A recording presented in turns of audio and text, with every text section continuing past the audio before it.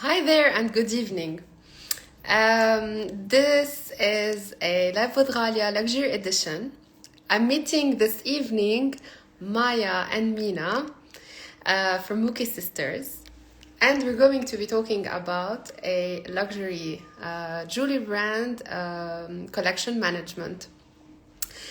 5 years ago, maybe 6 years ago, I remember giving a call to Maya and asking her if I can sit down with her to talk about pop-up stores and about all of the activities that the brand was doing because it was really interesting. And here I am getting back to talk with the Mukhi sisters and get in-depth information about their brand story, and how they manage their brand in today's turbulent fashion environment. So I'm going to be inviting Maya and Mina in from Beirut to kick off this live.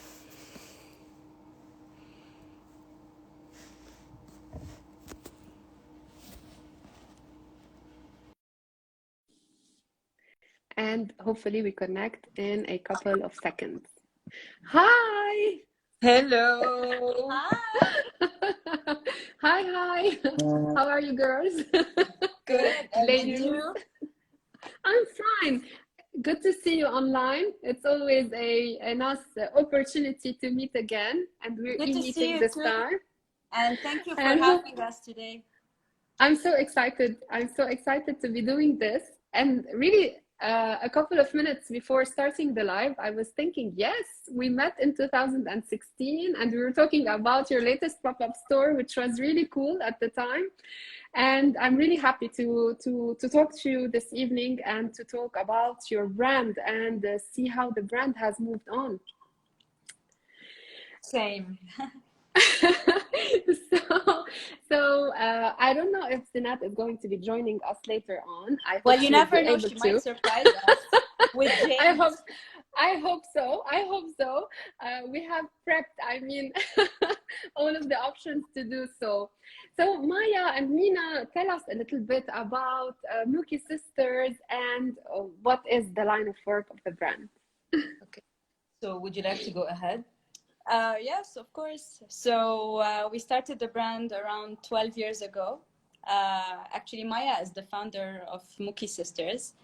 And we started from there. But Maya and Zinat are the designers behind the brand. I am the commercial director. I am more into contacts with the clients. You know how it goes these days. Yeah, but I think you have to go a little bit more backwards. So basically, I'm gonna go back 12 years ago, a little bit more. So basically, we come from a family. We come from a family of jewelers, and we grew up in this industry. So I always knew that one day I was going to have my own company. And then I started working with my family, and then I realized that I wanted to be more independent. I wanted to share our style. And even though I still work with, actually all of us, we still work with our family. We started Mukhi Sisters, and it's all about sharing our style ever since we started. And here we are today, 12 years after. And it's really interesting that you say working with a family. Most of the businesses value working with families because there is a certain know-how that could be transmitted. Tell us Absolutely, yes. Tell us a little bit more about that and about the importance of this know-how that was transmitted to you and how it helped you move on with your brand. Look, honestly, I believe that family businesses can be very challenging. It's not because your family works in a specific industry that automatically you have to work in the same industry and that you love it. Now, it happened that we have this passion for gemstones and design. And so I can tell you that almost everything that we learned from our parents. I believe that we are blessed with this because having ever since we were kids, I remember we used to go to exhibitions, workshops, help my mom with her designs, go spend our weekends at the store. So I think it was kind of preparing us to our new adventure. Yes. And I believe personally that experience is the most important thing in life. Of course, you have what you learn, like academically, you learn theories, etc. But the know-how, the appreciation, the respect for the industry, we learned it from our mom and our dad. And you started by saying that family businesses are challenging, and that's right. And sometimes we take the family business and we develop it and grow it. However, you girls, you took the know-how of the business and you divested into another line of work. Can you tell us now the difference between the positioning of your parents' line of work and yours? So our parents are into high jewelry, into finer, in big jewelry, let's say. And when we started, it was the beginning of the era of affordable luxury. Right. And so we started seeing these changes in the market, like the demand started to change. I used to stay at my mother's store and people would ask for everyday jewelry. And then I was like, oh, that's interesting. And this is where we started.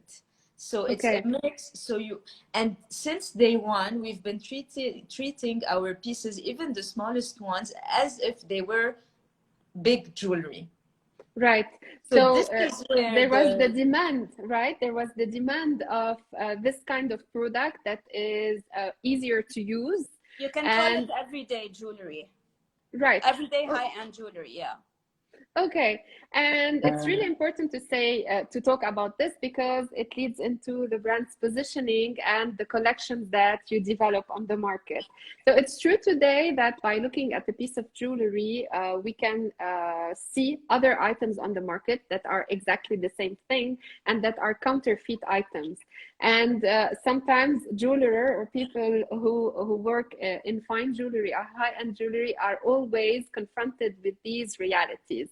Today, how this new market discrepancy between wanting something unique and the good quality and finding something at a very cheap price and still is beautiful is challenging your business.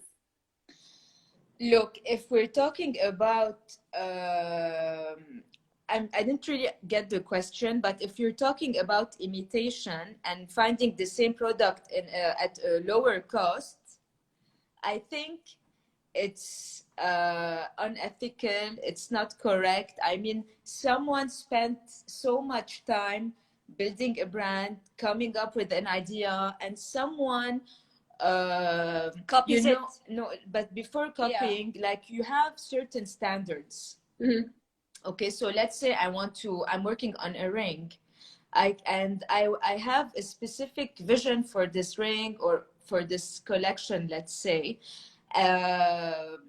So there is the time, the work, the labor, the idea, and all of this makes the piece what it is. So when someone comes and copies it and tells you, okay, I can produce the same thing in a cheaper way, it's a copy. A copy will always be a copy. And what will it say about the person wearing it? If a person is looking for, I mean, the market is huge and there are so many beautiful things almost everywhere. So if someone has a certain budget, I think it's nicer, it's better and smarter to look for something within a certain budget. It could be $1, like it could be $1 million, but to find the most beautiful thing within this budget. Instead of buying something to show something that you're not, like a replica of something, of a bracelet, let's say, just to show a certain status maybe. And this is really interesting because it leads us to this facet of communicating your brand and conveying the right message behind it. I believe that you use a lot of storytelling to tell people about your brand. And tell us a little bit more, how did you grow over the years to meet that position which you are occupying today on the market? Well, first of all, I'd like to say that we love storytelling and we love sharing true stories. Okay, so Right. you have this part at Mukhi Sisters, and we also have something else. It's the, if you want, the core of the brand is to always keep it real. Keep it real by using the quality, a good, yeah, a specific quality of gemstones, of designs, and also keep it real by like showing your true colors, your individuality. So we're not here to design, to follow trends, or to do what everyone else is doing. No, we're here to share stories with positive messages with our clients through our designs. Yes, and it's true. It's you're always present with the brand, and I believe that it makes it very unique. I mean, we identify you, and then we identify your products, which is really nice. You know, the best part is when they create a collection and I put it out there in front of the clients. So many clients could relate, you know, especially with the last collection they have created. The collection Better Than Yesterday has been a big hit lately because everyone could relate. And it's so important, you know, the messages out there and the message of hope, you know what I mean? So somehow and from we a see that. personal, what she's trying to say, I think, is that from a personal story, we were able to create something that is Relevant. universally understood. Yeah. Yes, yes. And this is really important because we're seeing that more and more brands that are displayed in commercial spaces are presenting their products, which might be a product similar to any other. However, they're injecting lots of personal aspects related to, as you said, the creation of the product. And this is already a value that differentiates the product and the other. And if we're saying the product is relevant to people, who is your target audience? Look, this is a very Tricky question. tricky question. Like, our audience really is any woman or man who likes to be different, who appreciates beautiful things, who likes to stand out without being too extreme. So this is a sophistication, but that is not very blunt or showy. exactly. And when you try to, at the beginnings, I believe that you started in Lebanon, right? Yes. We will always be, Lebanon will always be our source, no matter where we end up going or whatever happens. This is the good part. But I wanted to say, at a certain point, you have really managed to get the word out there about your brand and your products. And we started in Lebanon and we grew out of Lebanon. And then what was your next step related to the audience? We know that the Lebanese style is very gentle, maybe, versus other neighboring countries. And we know that sometimes these styles are not the things that we are looking for. However, you have grew a lot outside Lebanon and you have managed, I believe, to find a product that meets also and pleases other audiences. Tell us a little bit how you went to other countries, and tell us if you developed some collection or style that is specific to each country where you are presenting your product. Look, what helped our brand grow and mature in a way is going, this is our personal experience, is going to exhibitions. Being in trade shows has like directed our design style. And so this is where we started developing our collections in order to be able to cater to different markets, because like at the beginning, you know, when you start your brand, you like, and I have this idea and then I want to share it with everyone and I think that everyone's gonna like it, but in reality, no. Like with time, we learned that each country has different preferences, and it could be like sometimes a very small detail. It's not something major, Yeah. but it makes a difference. Like it speaks to a specific group of people. So taking part in exhibitions has really helped us develop our brand, develop our collections. So every time now we're working on a collection, we divide it into different parts. So before it used to be only everyday jewelry. Today you will notice that not only today, for the past years, maybe since we met, every collection is divided into 2 or 3 parts. So you have the everyday pieces, and then you have the little bit more formal pieces that you would wear, for example, to a wedding. Okay, so you the market taught you. I mean, many things that it goes by experience, right? That helps you upgrade and develop. Like we were in Bahrain last week, and like we learned something new. We met new people, and we understood what they liked, etc. And we will definitely be including, for example, what they like in our next collection. Right. And let's talk a little bit about this collection part, which is a very important part to meet, of course, the consumer's needs and to help the brand stay viable and sustainable. When we're thinking about a collection, how do you conceive a collection? Are there absolutely parts that you have to have, like earrings, rings? Do you develop other items, jewelry items such as brooches? I don't know. You tell me. Are there classics that have to always be found in a jewelry collection? When it comes to whatever I'm telling you, it's us, our universe. It's Mukhi Sisters. I don't know if it necessarily if other jewelry brands works the same way, yeah. But definitely we always have earrings, pendants, like this. The normal classic pieces, you will always find them, and then you have a couple of pieces that we work on that just stand out.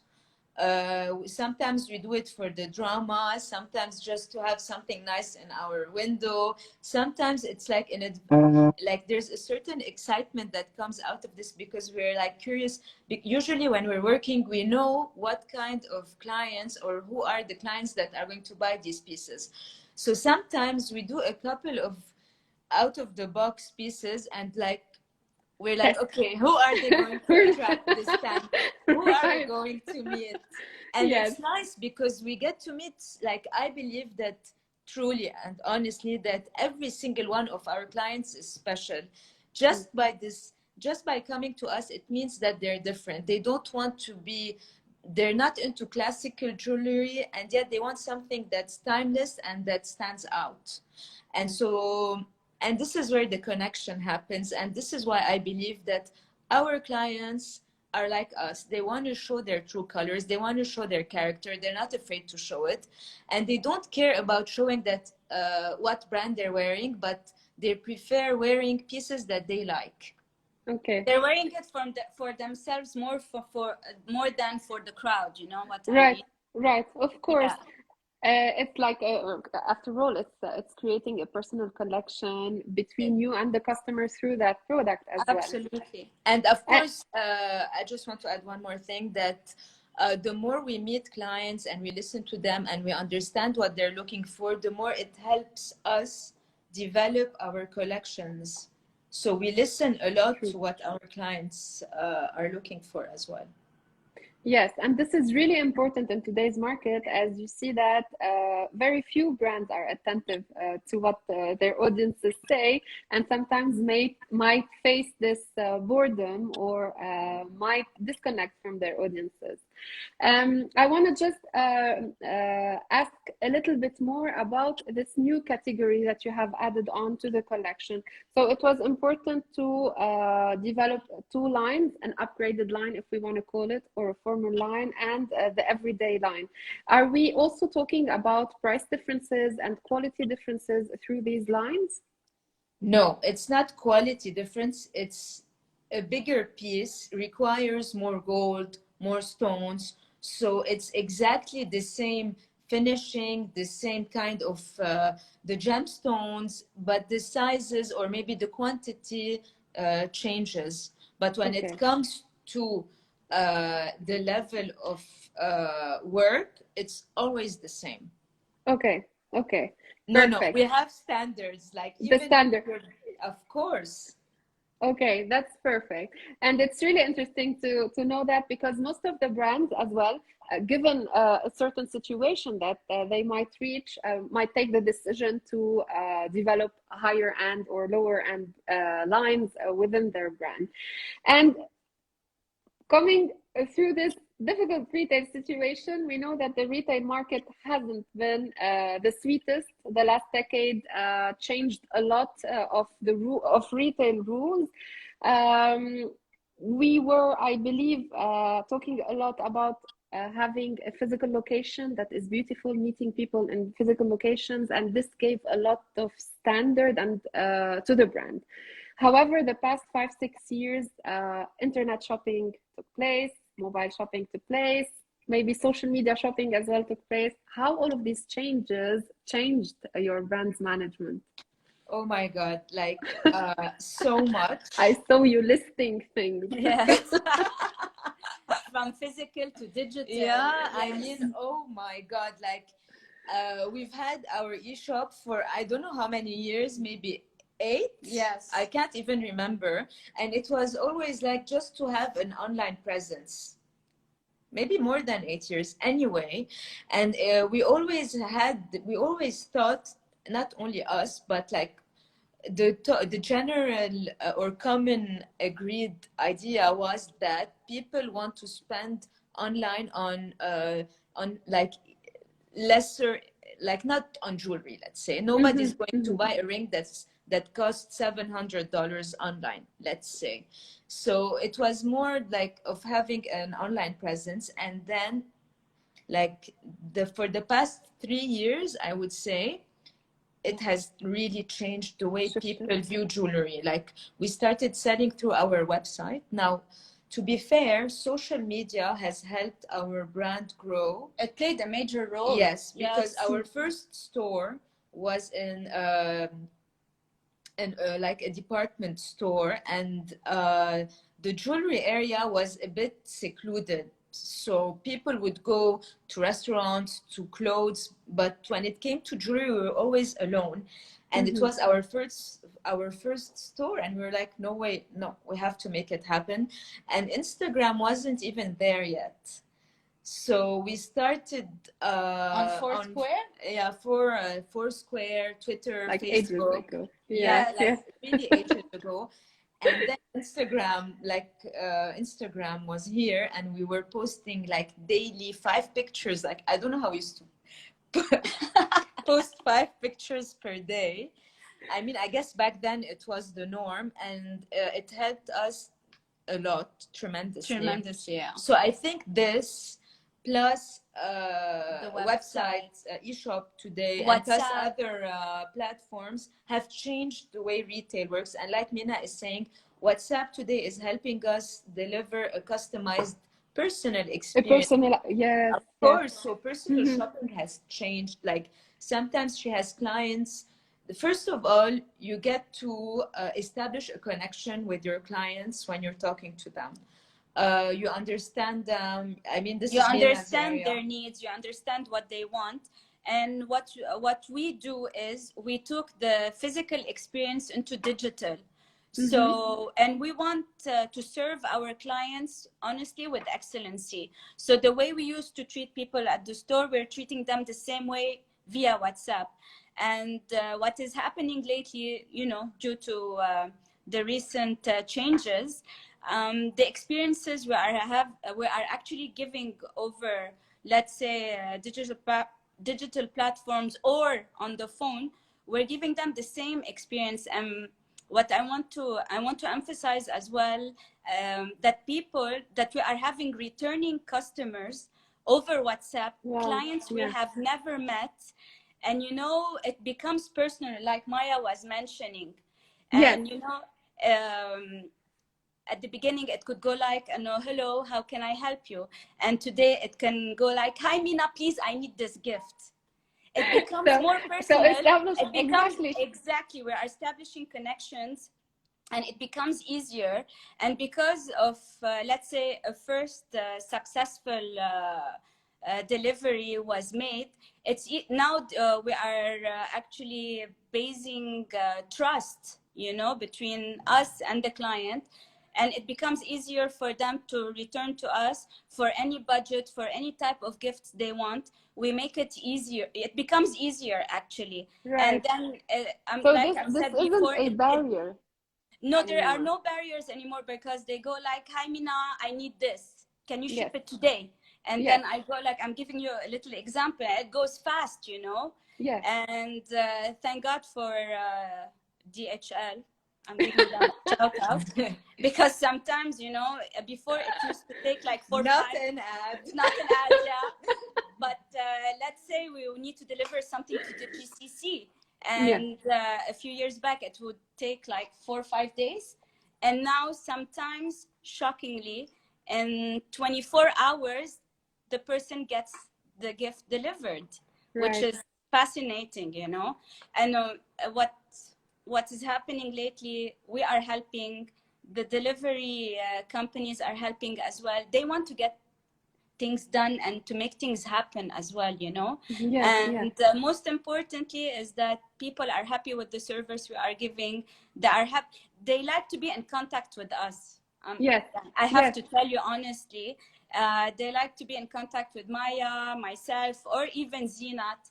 They like this personal connection, you know.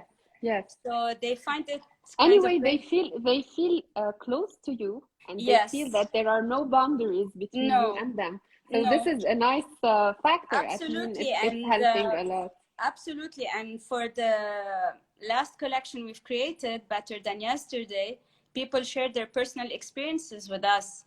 I haven't met anyone yet physically from them. Imagine, and you know, this message of hope really gave them hope, and they wanted to share why they wanted this pendant or ring or bracelet, because they had to go through this and this and that, and now they know that today is better than yesterday. This is what I wanted to say. It's beautiful. Actually, really, the connection I build with my clients is beautiful.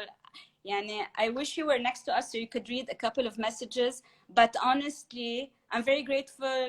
They're sharing their part. We're sharing our part. It's like you're saying, we're building connections, you know.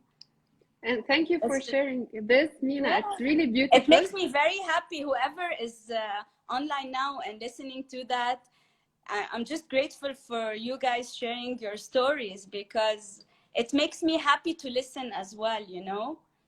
It's really beautiful, and it is a very positive message.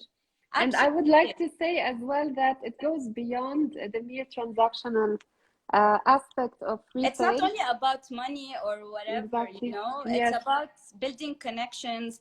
Anjad, it makes me so happy, you know. I'm so happy that you're sharing this. Thank you so much. Serving my clients is really the best thing. I love my job, and I love connecting with people, and I love communicating.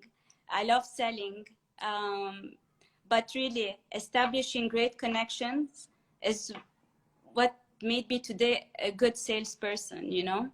Yes, and it's a connection, experience, and time. Absolutely. and this openness. And I mean, I never planned on being a sales. But, in my university days, I was helping my parents at their store, and this is where the story began. Yes.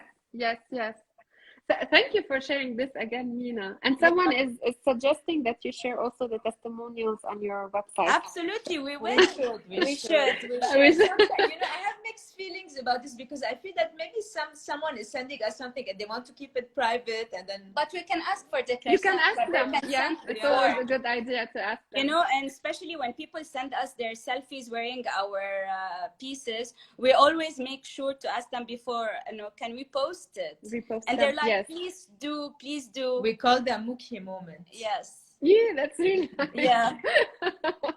I mean, it's really nice because all of this human interaction goes back to the era where shopping was very physical and personal.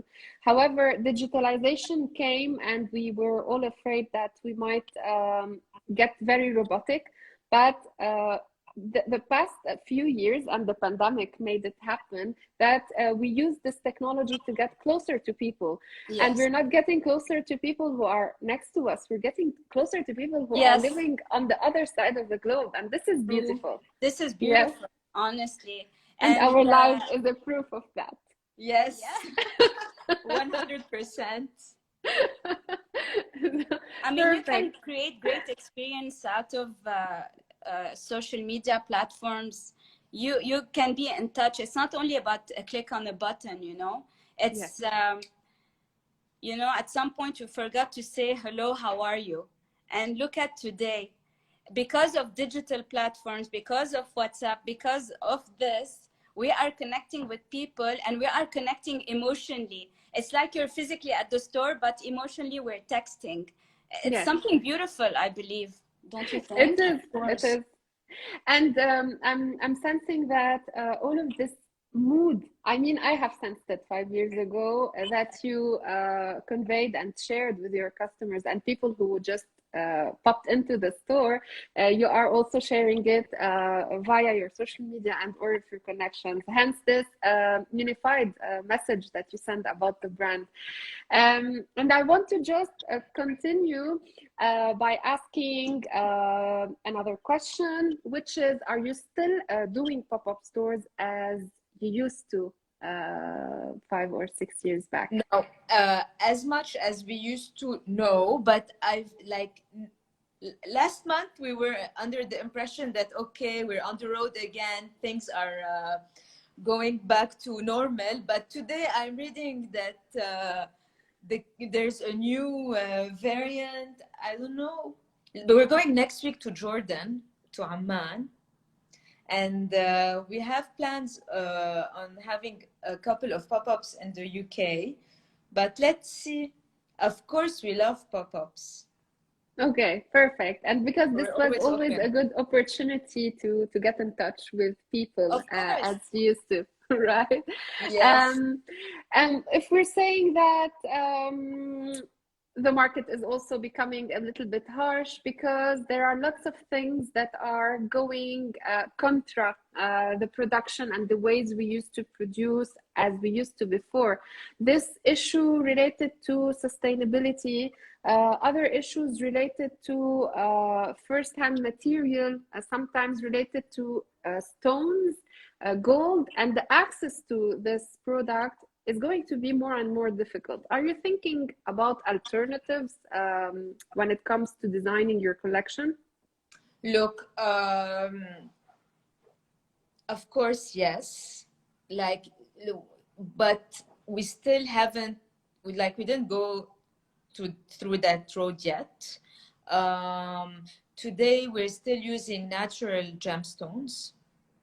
And like we've been using it since we started, but now it's like more out there. We use vintage stones. We use stones from our family collection as well to in our designs, and this is what makes our products even more special. So sometimes we have gemstones that are not commercial, that are really beautiful, that stand out, that have a spiritual meaning, and just by being themselves, there's something attractive about these gemstones. So yes to sustainability, of course. Yes to playing around with vintage stones, giving them a second life. I mean, it's great because you see it in a certain way, and then it's like, wow, all new and different. So this is yes. And there's a second thing. I'm personally not there yet, and it's about lab-grown diamonds, for example. So this is still fresh. We don't have enough, really, like even, and it's still a little bit more marketing than what it is, but we don't really know the actual value of these stones on the long run. I believe it removes this romantic feel. Like gemstones are beautiful because they are formed in nature. It takes millions and millions of years for a diamond to form and then to be cut and polished in that shape. I mean, to me, there's a certain energy that comes also from this gemstone. So personally, as Maya, I'm not there yet when it comes to lab-grown diamonds. I prefer to keep it natural. And while we are sourcing our stones, by the way, we now, even in the industry behind the scenes, you have a lot of standards as well. You have a lot of certificates, like, you know, that It's more these are, transparent. yes, transparency, and it, you know, it makes us feel more comfortable, and it makes the client feel comfortable as well. Right, and this is important in today because customers are becoming more aware. I mean, they could Yes. search Yeah. for a piece of information without really knowing what it means, but it could bother them if they are doing the purchase and not having the answers related to that. Of course. What are, in fact, your future thoughts related to the brand's development? Today, you are in this market reality, you have grew and happen to be doing what you are doing. What are the next steps? Look, honestly, this is a very difficult question. Yes, especially like geographically speaking. I mean, we have so many things that we want to do. But let's say next year is going to be a year of changes. I think that we're going to be open to new markets. Maybe some of us will relocate. We're going into this. So yeah, but no matter what we do, our base will always be Beirut. And as we mature, I believe that the brand matures with us. It's fun. We don't take ourselves too seriously, even though we're serious at work. We love what we do. So, so we're growing together with our clients. Like, I can tell you that what's nice also about, I wanted to say something when Mina was talking, and she was talking about her relationship with her clients, etc. I believe that we work in the industry of love. Like, we're always with people in their happy moments, anniversaries, birthdays, weddings. Yeah. So Proposals. Proposals. Yes. Or even, you know, when you want to self-indulge. Yes. Because most of our clients are women who buy for themselves. Indeed. And the other half actually are men who buy for their partners. And I feel this is beautiful. I always tell my husband, you know, this is my everyday. You should You should learn from that. We work in an industry of love, and we're always there with, we're always like in the happy moments of our clients. So with time, not only have we established friendships with our clients, but we've been growing together. So for example, you have the clients who were boyfriend, girlfriend, so you used to get her presents, and then they got married, and then they get the gift. And then I saw Rida was here also in the live. So Rida, for example, she's a client, and then once she was super pregnant and the roads were blocked, and she wanted a pendant, and she made sure to come to the store. I mean, so you know what? We're growing together. That's So a beautiful, this is very beautiful story. highlighting. I mean, I rarely get in touch with retailers who value so much this personal connection with their customers, and it's beautiful because preparing the live sometimes, and we talked about it, helps us think about certain questions that we want to ask. And here I am planning to ask you about very specifics related to the collection, etc. And I see us talking about something beautiful that we haven't thought about, which is this new way of getting in touch with customers, new ways of serving the customer, which is very personal and personalized. Most of the retailers today are, you know, banging their heads over the wall to see how they want to get in touch with their customers, and they are doing it beautifully and naturally. And very this smoothly, is the beauty, you know. and It doesn't exactly, take and a lot. smoothly, and Once without you a lot love of what you effort. do, yeah, you know, once you love what you do, everything comes naturally, you know. Yeah, yes. So and I think Rida is Yes, she confirmed. Hi, every Rida, time I like to share her specific story because she could have easily called us and we would have sent it to her. But I love her. so thank you for connecting, Rida, for sending and you know us the the best love. part out of this experience, we connect people also together To each Yes. other. to each Yes, other. Let's yes. say someone needs a photographer or someone needs a graphic designer. We know someone who knows someone, they get connected. Yes. It's such a nice environment, you know? Yeah, it's positive and it helps you grow Absolutely. whilst growing with your customers' Yes. demands. It's really beautiful. Thank you for sharing that. Ladies, I don't know if there is anything else that you want to add to this conversation and that we haven't attended to. Well, we only wish Zinat and Jade were with us. Yes. Hi, Wish so Zinat. too. Yeah, but you know, taking care of a baby, you know, it's a full-time Yes. job. So yeah, We I only salute wish they that. were We with us. salute that. Yes. And it's you know, I have just a message to say. You know, we do things with love, and it's very important nowadays to love what you do. Mm. You know, It's and true. so It's true. we live in a little bit in a harsh world. We need to be more kind and more compassionate towards one another. It's so important because when we're like that, we only aim higher. You know what I mean? I just wanted to send this message out there.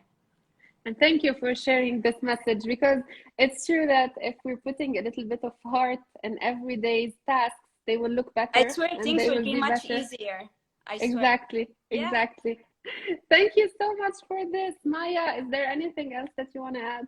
I want to thank you, Halia, Yeah, because this you comes know, now. like when you told me, okay, let's have this live chat, I was like, yes, and then I was like, no, why did I say that? But really, it really went smoothly, and I really enjoyed it. So thank you, and it was great seeing you again. Thank you so much, and thank you for hope to see you accepting to do soon. this. Hopefully soon, in a few months. Hopefully, yes. And thank you so much for sharing all of this. Thank you everyone who attended the live. I will be sharing this episode on IGTV and later on YouTube, and we'll be sharing this information with you. Good luck, ladies, with all of the work. And I hope that the collection would only be growing and to the better and to the best. And everyone who is wearing it will enjoy it as much as you did creating it. Sending you love. Bye. And see you soon. Bye. Thank you. Bye. Bye.